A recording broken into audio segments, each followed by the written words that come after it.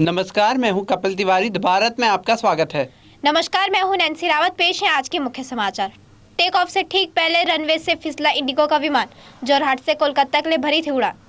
अन्ना विश्वविद्यालय के दीक्षांत समारोह में शामिल हुए पीएम नरेंद्र मोदी। जेंडर के चक्रव्यूह में अधीर रंजन पर कांग्रेस नेता ने साधा निशाना। बर्मिंघम में कॉमनवेल्थ गेम्स का हुआ आगाज। पीवी सिंधु ने की भारतीय दल की अगुवाई। अब खबरें विस्तार से।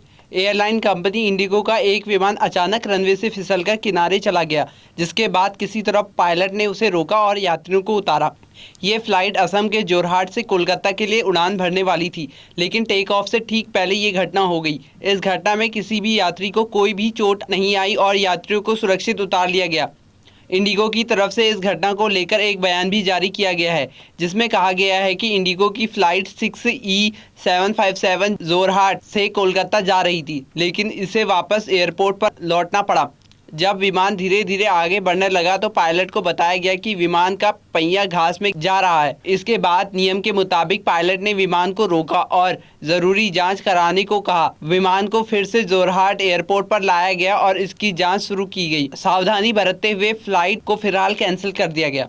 वहीं दूसरी तरफ प्रधानमंत्री नरेंद्र मोदी आज अपने 2 दिवसीय यात्रा के दौरान तमिलनाडु पहुंचे, जहां पीएम मोदी ने अन्ना विश्वविद्यालय के दीक्षांत समारोह में हिस्सा लिया। इसके बाद प्रधानमंत्री शाम को गुजरात पहुंचेंगे। पीएम नरेंद्र मोदी शाम को करीब 4 बजे गुजरात के गांधीनगर के Gujarat international finance tech city में देश के पहले अंतर्राष्ट्रीय बुलियन एक्सचेंज की शुरुआत करेंगे।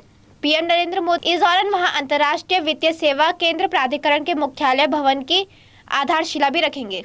दूसरी ओर बात करेंगे कल संसद में हुए तीखी बहसबाजी की। राष्ट्रपति द्रौपदी मुर्मू पर अशोभनीय टिप्पणी के बाद विपक्ष की आलोचना झेल रही अधीर रंजन चौधरी का अब अपने ही पार्टी में विरोध शुरू हो गया है। कांग्रेस के वरिष्ठ नेता मनीष तिवारी ने बिना उनका नाम लिए निशाना साधा है। उन्होंने कहा है कि जेंडर के चक्रव्यूह में खोने का कोई मतलब नहीं है।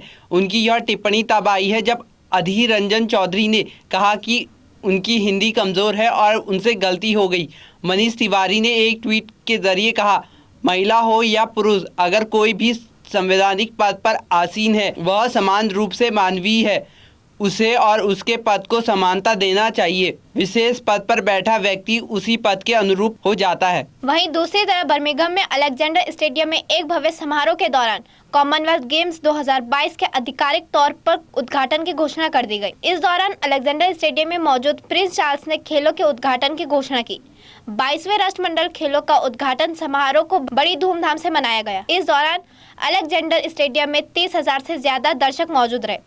कॉमनवेल्थ गेम्स 2022 के उद्घाटन समारोह के दौरान राष्ट्रमंडल खेलों की परंपरा के अनुसार पिछले खेलों का मेजबान होने के नाते ऑस्ट्रेलिया ने परेड के दौरान सबसे पहले शिरकत की, जिसके बाद ओशिनिया क्षेत्र, अफ्रीका, अमेरिका, एशिया, कैरिबियन और अंत में यूरोप के देशों को मैदान पर आते देखा गया। तो वहीं दूसरी ओर सुप्रीम कोर्ट ने गुरुवार को एक महत्वपूर्ण फैसले में कहा है कि पिता की मौत के बाद एक मां अगर दूसरी शादी करती है तो वह बच्चे का सरनेम तय कर सकती है। कुछ दिन पहले ही आंध्र प्रदेश हाईकोर्ट ने एक फैसला दिया था कि अगर किसी बच्चे की पिता की मौत हो चुकी है तो दस्तावेजों में उसके सौतेले पिता का उपनाम दर्ज किया जाए।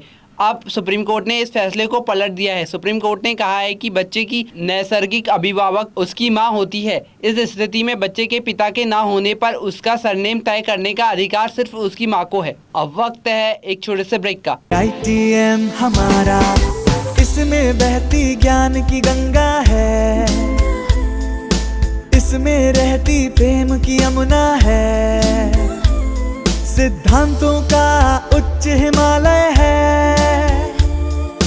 भक्ति सिखाता एक तिरंगा है, गुरुकुल जैसा प्यारा ये ITM हमारा, सच्चे सपनों सा प्यारा ये ITM हमारा,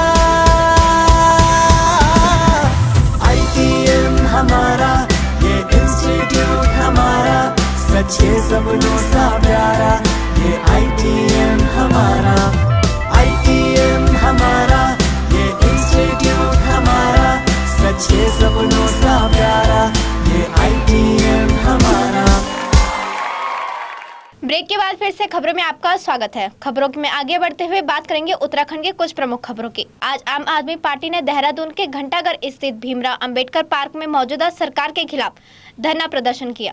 इस दौरान पार्टी के कार्यकर्ताओं ने यह दावा किया कि जनता बेरोजगारी और महंगाई से नाखुश है। वहीं पार्टी कार्यकर्ताओं में राज्यसभा सांसद संजय सिंह को पार्टी से निलंबित किए जाने पर भी आक्रोश देखने को मिला। इस धरना प्रदर्शन को लेकर आम आदमी पार्टी के मीडिया प्रभारी और पार्टी के प्रवक्ता ने अपने विचार रखे। आज आम आदमी पार्टी के कार्यकर्ताओं ने देहरादून के बाबा भीमराव अंबेडकर पार्क में उपवास पर बैठ कर के जो हमारे राज्यसभा के सांसद हैं संजय सिंह जी, उनको जो निलंबित करने का काम केंद्र सरकार द्वारा किया है, उनकी बहाली की मांग की है। साथ ही जो हिटलर शाही और तानाशाही केंद्र की सरकार ने समय समय पर दिखाने का काम किया है, उसके विरोध में भी आज आम आदमी पार्टी के कार्यकर्ता यहाँ एकत्रित हुए हैं और लोकतंत्र को बचाने के लिए संवैधानिक तरीके से आज हम यहाँ पे उपवास और धरने पर बैठे हैं और केंद्र सरकार को होश में लाने का हम काम कर रहे हैं। द भारत के लिए देहरादून से नीतीश उनियाल।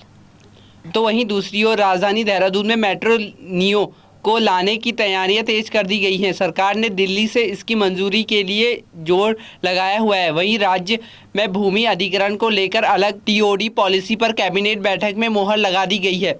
कुल 25 स्टेशन होंगे जिनके आसपास का इलाका बहुमंजिल इमारत से विकसित किया जाएगा। हर किलोमीटर ही नहीं बल्कि कई जगहों पर तो 500 मीटर तक में एक स्टेशन बनाया जाएगा। स्टेशन के लिए सरकार को कम से कम 60 मीटर लंबी जगह की जरूरत होगी। खबरों में आगे बढ़ते हुए बात करेंगे अंतर्राष्ट्रीय खबरों की। अमेरिकी राष्ट्रपति जो बाइडेन ने आज अपने चीनी समक्ष शी जिनपिंग से फोन पर बात की। दोनों राष्ट्र अध्यक्षों के बीच 2 घंटे 17 मिनट तक बात चली।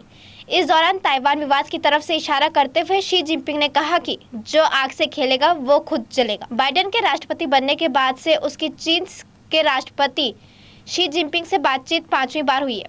व्हाइट हाउस की राष्ट्रीय सुरक्षा परिषद के प्रवक्ता जॉन किर्बी ने कहा कि इंडो पैसिफिक क्षेत्र चीन के आक्रामक व्यवहार को बातचीत के एजेंडे में प्राथमिकता से रखा गया।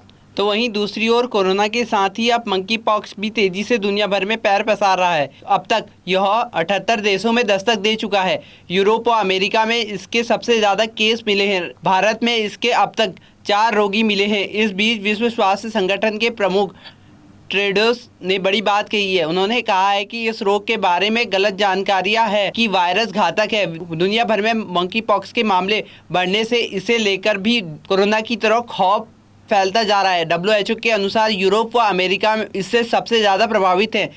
जिनेवा में मीडिया से चर्चा में WHO के महानिदेशक टेड्रोस ने कहा कि इस महाद्वीपों में मंकी पॉक्स के 95% केस मिले हैं। इसी के साथ ही उन्होंने जोर देकर कहा कि इससे दुनिया भर में भय का वातावरण बन गया है। खबरों में आगे बढ़ते हुए बात करेंगे खेल जगत की। श्रीलंका के खिलाफ दूसरे टेस्ट में मिली हार के बाद विश्व टेस्ट चैंपियनशिप के फाइनल में पहुंचने की पाकिस्तान की संभावना को झटका लगा है। गोल में गुरुवार को दूसरे टेस्ट मैच के 5वें दिन श्रीलंका ने पाकिस्तान को दूसरी पारी में 261 रनों पर समेट दिया। उसने मैच को 246 रन से अपने नाम कर लिया। सीरीज 1-1 की बराबरी पर छूटी। पाकिस्तान इस बड़ी हार के बाद अब श्रीलंका ने फाइनल में पहुंचने की अपनी उम्मीदों को जिंदा रखा। वहीं श्रीलंका तीसरे स्थान पर पहुंच गया। इसी के साथ आज के समाचार समाप्त हुए। धन्यवाद।